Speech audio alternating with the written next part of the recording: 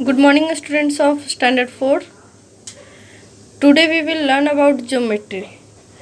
Geometry जो है आपने प्रीवियस क्लास में भी पढ़ा है, जिसमें हम लोग पैटर्न्स और शेप्स के बारे में जानते हैं।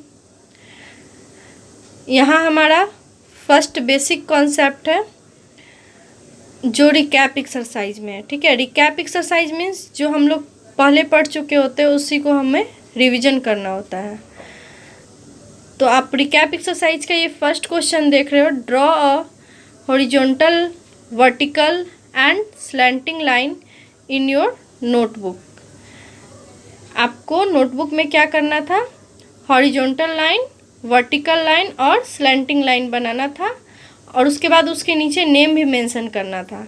तो ये जो देख रहे हो आप, ये आपका हॉरिजॉन्टल लाइन है, ये वर्टिकल है। वर्टिकल लाइन जो है हमेशा सीधा होता है। ठीक है, हॉरिजॉन्टल लाइन को हम लोग स्लीपिंग लाइन भी बोल सकते हैं और वर्टिकल लाइन को स्टैंडिंग लाइन, और ये हमारा स्लैंटिंग लाइन है जो हमेशा तिरछा जाता है। ठीक है, तो आपने ये देखा हॉरिजॉन्टल लाइन, वर्टिकल लाइन और स्लैंटिंग लाइन। रिकैप एक्सरसाइज में और भी कुछ क्वेश्चन है, उसको भी हम लोग देखेंगे।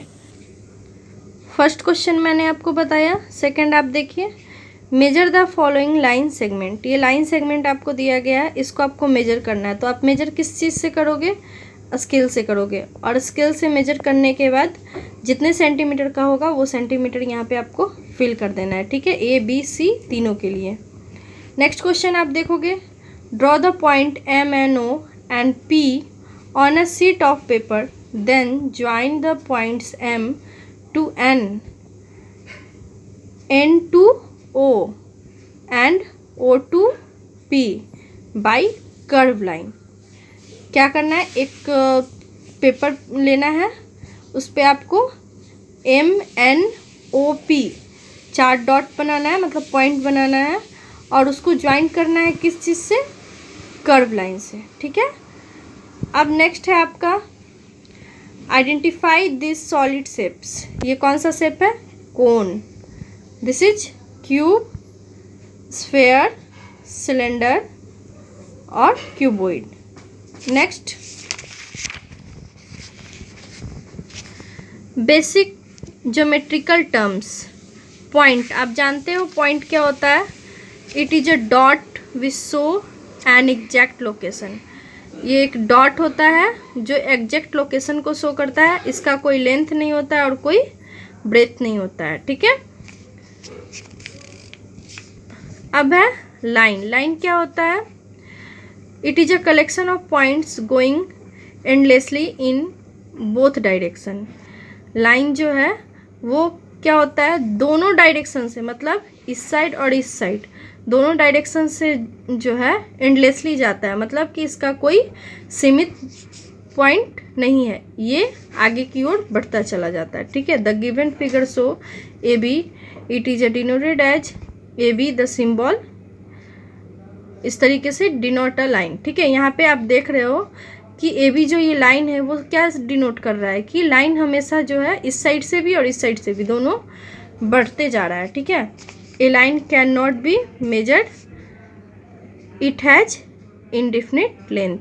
इसको हम लोग मेजर नहीं कर सकते हैं, ये इनडिफिनिट होता है, मतलब कि इसका कोई माप नहीं है।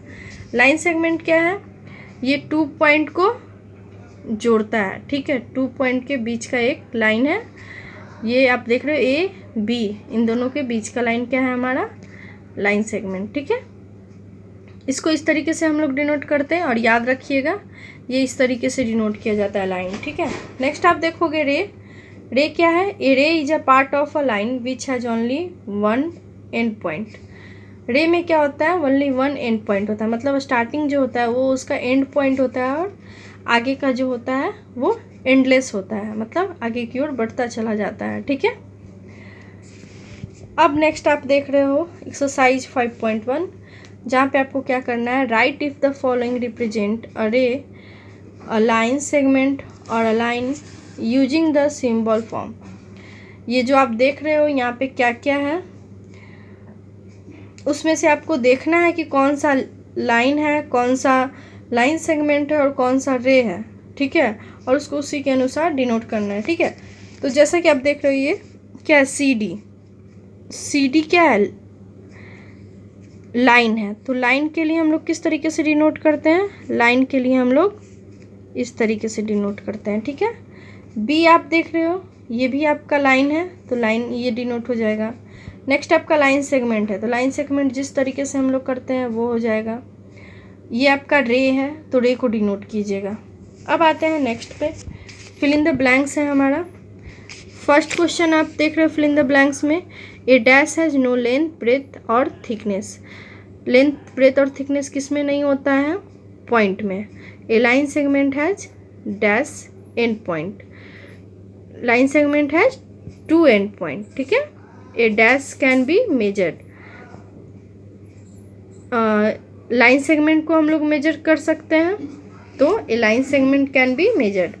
A dash extends in one direction only, तो a ray x tends in one direction only. The straight point of M N is line, ये जो स्ट्रेट पॉइंट है एम एन का वो क्या हो जाएगा, हमारा लाइन हो जाएगा। ठीक है, अब ये आप क्वेश्चन जो देख रहे हो, we can not draw line on a paper, why. हम लोग पेपर पे एक लाइन ड्रॉ क्यों नहीं कर सकते हैं, पेपर तो एक स्मॉल शीट होता है, अगर उस पर आप लाइन ड्रॉ करोगे तो क्या वो एक तरीके से कंप्लीट लाइन बन पाएगा, नहीं बन पाएगा, क्योंकि मैंने आपको पहले ही बताया लाइन जो है वो दोनों डायरेक्शन से एंडलेस होता है। ठीक है, इसको हम लोग मेजर नहीं कर सकते हैं, तो आप एक पेपर पे लाइन को इसी वजह से ड्रॉ नहीं कर सकते। इसको आप लिख सकते हो, we can not draw a line on a paper because line is line point of line is going endlessly in both direction. ठीक है, फिर से रिपीट कर रही हूँ, we can not draw a line on a paper because point of line is going endlessly in both direction. ठीक है, अब नेक्स्ट आते हैं, ये जो आप देख रहे हो ये आपका ज्योमेट्रिकल इंस्ट्रूमेंट है, जिसको यहाँ डिवाइडर बोलते हैं। ये आपका प्रोटेक्टर है, ये रूलर है, और ये आपका कॉम्पास है। इसका यूज क्या क्या है, ये आपको लेंथ मेजर करता है। ठीक है, ये एंगल को मेजर करता है, और ये भी लेंथ मेजर करने के काम आता है। इससे हम लोग सर्कल ड्रॉ कर सकते हैं, आर्क ड्रॉ कर सकते हैं, और एंगल ड्रॉ कर सकते हैं। ठीक है, अब हम देखते हैं एक्सरसाइज 5.2। यहाँ हमें क्या करना है, use divider to compare the length of the following line segment and write less than और greater than in the boxes. यहाँ आप देख रहे हो ए बी, ए में यहाँ पे 2 लाइन दिया गया है। ठीक है, तो इसको आपको डिवाइडर से कंपेयर करना है। ठीक है, डिवाइडर से आप किस तरीके से कंपेयर करोगे, जब आप डिवाइडर को ओपन करोगे बोथ साइड से, तो क्या होगा कि एक साइड मतलब एक के लिए ज़्यादा खुलेगा और दूसरे के लिए कम, मतलब जिसके लिए ज़्यादा खुला वो आपका बड़ा है, तो उस साइड आपको साइन, यहाँ पे आपको ऐसे देखने से ही पता चल रहा है कि ए बी जो है वो आपका लेंथ में ज़्यादा है, तो आपको ए बी की तरफ साइन देना है। बी में आपका जी एच होना चाहिए, तो जी एच की तरफ आप साइन दीजिएगा। उसी तरीके से सी और डी आपको खुद से कंपेयर करना है। अब नेक्स्ट आप देखिएगा, measure the following line segment, use of scale, scale का यूज करना है आपको, और यहाँ पे लाइन मेजर करके यहाँ लिखना है। ठीक है, कि ये कितना सेंटीमीटर का है। अब नेक्स्ट आप देख लीजिए, draw the line segment of the following lengths.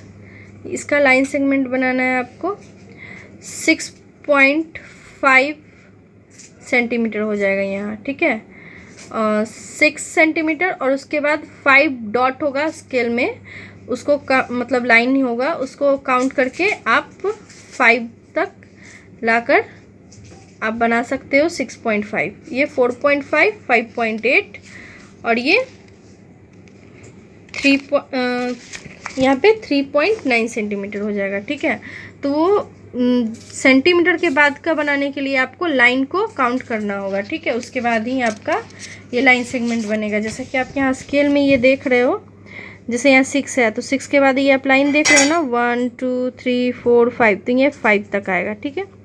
उसके बाद 6 चाहिए तो 6 हो जाएगा, 7 चाहिए तो 7 हो जाएगा। इसी तरीके से आपको करना है, ठीक है। अब हम देखते हैं नेक्स्ट है जो हमारा नेम द एंगल। एंगल का नेम देना है, उससे पहले हम लोग को जानना होगा कि एंगल कौन कौन सा होता है। तो इसको आज हम लोग नहीं करेंगे, इसको हम लोग नेक्स्ट वीडियो में करेंगे, ठीक है। वैसे आपको क्या करना है, इतना करने के बाद आपको ये इसको रीड करना है और ये एंगल जो देख रहे हो आप इसको भी रीड करना है, ठीक है। इसको मैं आपको नेक्स्ट चैप्टर में बताऊंगी तो आपको अच्छे से क्लियर हो जाएगा। ध्यान रखिएगा, पेज नंबर 62 63 आपको रीड करके रखना है, तभी मैं आपको एक्सरसाइज 5.3 जो है वो बता पाऊंगी। आज के लिए इतना ही। Thank you.